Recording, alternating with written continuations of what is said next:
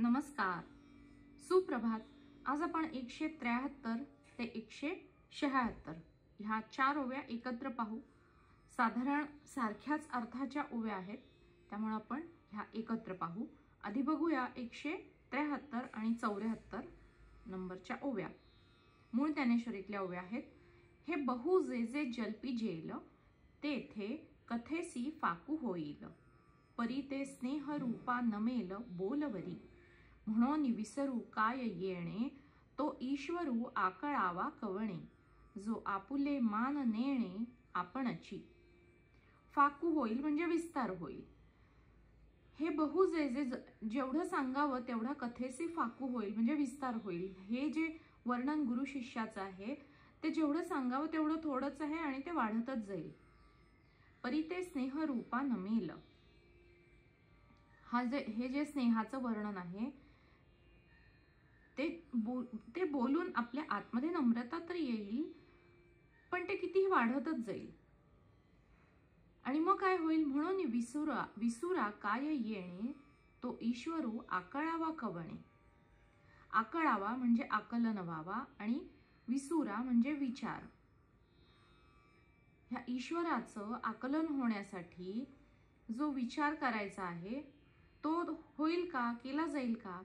जो आपुले मान नेणे आपणची, आपलं माप स्वतःच जो घेईल त्याच पद्धतीनं हे घडेल।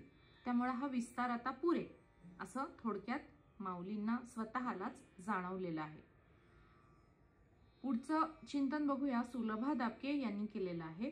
अनुवाद ज्ञानेश्वरी आणि अभंग ज्ञानेश्वरीतल्या ओव्यांचं संकलन आणि सरळ अर्थ त्यांनी लिहिला आहे। अनुवाद ज्ञानेश्वरीतल्या समानार्थी ओव्या। असो जे बोलणे वाढते, तो कथा दुरावते। तरीही त्या वात्सल्याते यथार्थतेने वर्णविना। यात नवल काही नसे, ईश्वर कोणा कळत असे। जो स्वतः ना जाणत असे, स्वये आपुले मोठेपण। अभंग ज्ञानेश्वरीतल्या समानार्थी ओव्या आहेत। असो बडबड करावी ती किती, कथेची संगती सोडोनिया। कृष्णार्जुन प्रेम वर्णाया यथार्थ, वाचा असमर्थ सर्वथा ती। नेणेची जो माप आपुले आपण, ईश्वरा त्या कोण कैसा जाणे। म्हणून ते प्रेम साच शब्दातीत, विस्मय तो येथ काय असे। सरळ अर्थ, ज्ञानदेवांना कृष्णार्जुनाच्या प्रेमाचं वर्णन आता फार लांबलं असं स्वतःलाच वाटू लागलं। म्हणून आता माऊली म्हणतायत, कथेची संगती सोडून किती बरं ती बडबड करावी। त्यामुळं कथेची वाट दुरावते। तरीही त्यांच्यातल्या प्रेमाचं यथार्थ वर्णन कितीही केलं तरी करताच येत नाही। यात काही आश्चर्यच नाही, कारण ईश्वर कुणालाच कळत नाही, अगम्य आहे। इतकंच काय, तो ईश्वर स्वतःचं मोठेपण सुद्धा जाणत नाही, हाच त्यांचा मोठेपणाही आहे। आता पुढचं चिंतन बघूया। निशिगंधा क्षीरसागर यांनी केलेलं आहे। भावार्थ पाहू। गुरु शिष्य नात्याबद्दल जिथं जिथं वर्णन येतं तिथं तिथं माऊली रमतात, त्यांची लेखणी थबकते। गुरु शिष्य नात्याचा गोडवा वर्णन करण्याची एकही संधी ते दवडत नाहीत, पण ह्यावेळी मात्र माऊली स्वतःच सावध झाले आहेत। ते म्हणतात, ह्या नात्याची गोडी मोठी अवीट आहे, पण हे वर्णन करता करता कथेची संगती सोडून बरीच बडबड झाली। ह्या जास्तीच्या वर्णनामुळे मूळ कथेची वाट वाकडी होते आणि मूळ कथाच दुरावते। ही शंका जणू काही त्यांनाच वाटू लागली आहे। कृष्णार्जुन प्रेम, भक्त भगवंत वात्सल्य, गुरु शिष्य नात्याची थोरवी आणि गोडी कितीही वर्णन केली तरी शब्दच अपुरे पडतील। आणि ईश्वर तो तर अनाकलनीय आहे, त्याला कितीही समजून घेण्याचा प्रयत्न केला तरी हातून निसटून तो गेलेला असतो, केव्हाच आपल्याला कळतही नाही। जो अदृश्य आहे, अव्यक्त आहे, निर्गुण आहे, निराकार आहे, त्या तत्वाला शब्दात कसं बांधता येईल। जो ईश्वर सगळं विश्व रचून सुद्धा थोडासाही कर्तेपणा स्वतःकडे घेत नाही आणि त्याचं ह्या अकर्तेपण मानण्यातच त्याचा मोठेपणा आहे। कारण त्याच्या ठाई कोणताही मोठेपणा घेण्याची वृत्ती किंवा तो त्याचा स्वभावच नाही. सर्वे सर्वा आणि विश्व नियंता असून सुद्धा ह्या ईश्वराला स्वतःचा मोठेपणा अजिबात जाणवत सुद्धा नाही असा त्याचा स्वभाव आहे. त्यामुळे त्याच्या ठाई असणारं हे विश्वात्मक प्रेम जे शब्दातीत आहे, त्या प्रेमाला कोणत्या शब्दात बरं बांधता येईल असा प्रश्न माऊली स्वतःलाच विचारतायत. कितीही शब्द योजले तरी ह्या परमेश्वराचं वर्णन अपुरच राहील, नाही का? आता पुढच्या 2 ओव्या पाहू. साधारण ह्याच आशयाच्या आहेत. 175 आणि 176. मूळ ज्ञानेश्वरीतल्या ओव्या आहेत. तरी मागिला ध्वनी आतू, मज गमला सावियाची मोदितू, जे बलात्कारे असे म्हणतू परीस बापा, अर्जुना जेणे भेदे तुझे का चित्त बोधे, तैसे तैसे विनोदे निरूपी जेल. पुढचं चिंतन सुलभा दापके यांनी केलं आहे. अनुवाद ज्ञानेश्वरीतल्या समानार्थी ओव्या. परी वरी भगवंतांनी म्हटले विषय जाणुनी, बळेच अर्जुना लागुनी अरे बाबा ऐक असे. त्या योगे वाटते मला की अर्जुनाच्या प्रेमाला श्रीकृष्ण हा मोहित झाला, म्हणून सांगे आग्रहाने. अर्जुना ज्या प्रकारांनी बोध होई तुझ्या मनी, त्या रीतीने कौतुकानी सर्व सांगेन आता तुला. अभंग ज्ञानेश्वरीतल्या समानार्थी ओव्या. पूर्व अभिप्राय पाहोनिया गमे, देव पार्थ प्रेमे मुग्ध झाला, की तो बलात्कारे म्हणे बापा पार्था, ऐक जे जे आता सांगेन मी. बोधे तुझे चित्त प्रकारे जैसे कौतुके, ते तैसे निवेदीन. म्हणजे तुला ज्या प्रकारे रुचेल पचेल आवडेल समजेल त्या पद्धतीने मी तुला सांगेन असं भगवंत म्हणतायत. सरळ अर्थ. मग भगवंत तोच विषय काढून आता बळेच म्हणाले, अरे बाबा म्हणजे अरे अर्जुना ऐक.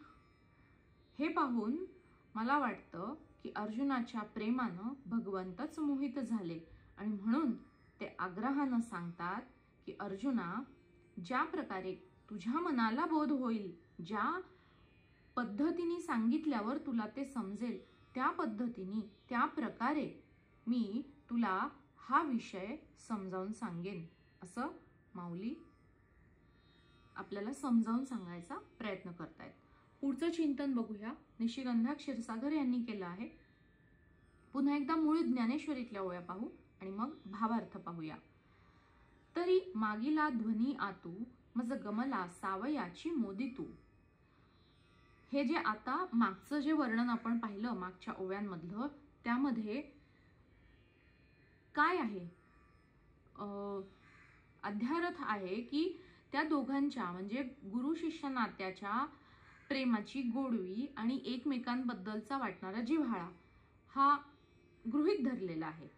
मज गमला सावयाची मोदितू. आणि योग्य पद्धतीने योग्य वेळी योग्य त्या प्रकारे प्रश्न विचारल्यामुळं भगवंत मोदित आनंदित झालेले आहेत.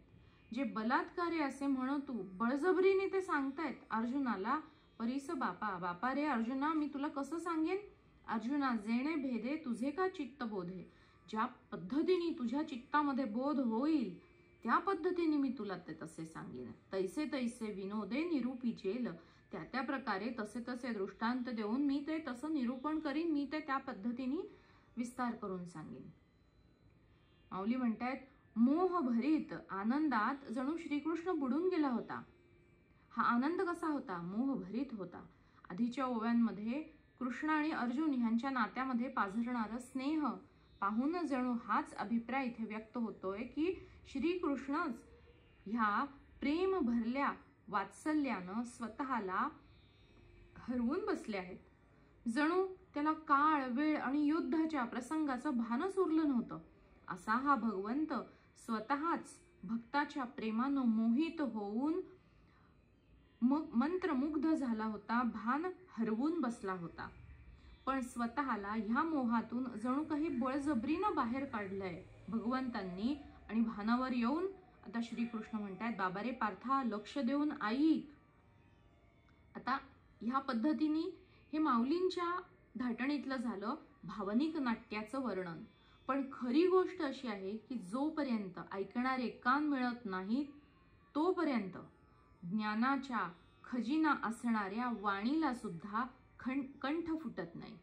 जोपर्यंत योग्य शिष्य मिळत नाही तोपर्यंत सद्गुरू, भगवंत, ज्ञानाचे पंडित जे कोणी असतील ते सुद्धा त्यांचे अनमोल बोल, अमूल्य वचन सांगण्यासाठी वाणी उघडत नाहीत. जिथे ते सांगून फायदा नाही तिथे पालथ्या घड्यावर पाणी टाकल्यासारखे ते शब्द बोलून वाया घालवत नाहीत, कारण ते ज्ञानी आहेत. त्यामुळं श्रवण करणारे, ग्रहण करणारे कान जेव्हा सापडतील, मिळतील, प्राप्त होतील, तेव्हाच ती वाणी प्रकट होते.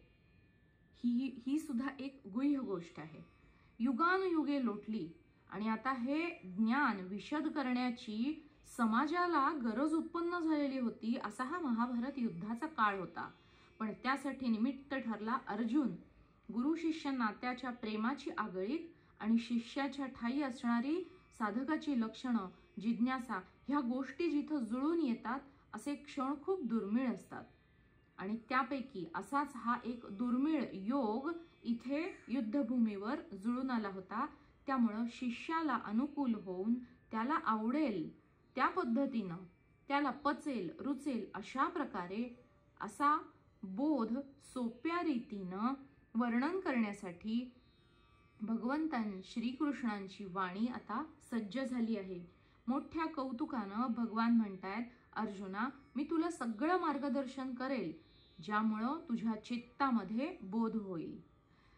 खरं तर आपल्या चित्तामध्येच अज्ञान असतं, त्यामुळं बोध सुद्धा चित्तातच व्हावा लागतो. मन, बुद्धी आणि अंतःकरण ह्या सगळ्यांच्या सरमिसळीतून चित्त बनतं. आपण ह्या चित्ताबद्दलचा एक व्हिडिओ सुद्धा पाहिला आहे, मागच्या अध्यायामध्ये पाहिला आहे. ज्यामुळं ही गोष्ट मनाला आवडेल, बुद्धीला स्वीकार होईल. बुद्धीनं स्वीकार होणं फार महत्वाचं आहे आणि ती मनाला आवडली तर ती पटकन अंमलातही आणली जाते. त्यामुळं जी गोष्ट मनाला आवडेल आणि बुद्धीला स्वीकार होईल त्याच गोष्टीवर विचार विमर्शही केला जातो आणि तो विचार विमर्श होऊन अंतःकरणात साठवलेल्या जुन्या स्मृती पुसल्या जाऊन नवीन संस्कार प्रस्थापित होऊ शकतात. त्यामुळं श्रीकृष्ण सांगतायत, अर्जुना तुला ज्या पद्धतीनं आवडेल, मनाला रुचेल, बुद्धीला पटेल अशा पद्धतीनं सोप्या प्रकारे मी तुला हा योग समजावून सांगेन. त्यासाठी तू अवधान देऊन ऐक. हे झालं ह्या ओव्यांचं निरूपण. आजच्या दिवसासाठी इथे थांबू. पुन्हा बघूया एकाच आशयाच्या पुढच्या शेवटच्या आता काही ओव्या ज्या आहेत त्या आपण पुढच्या व्हिडिओमध्ये बघू. शुभ दिवस, शुभ चिंतन, सुप्रभात.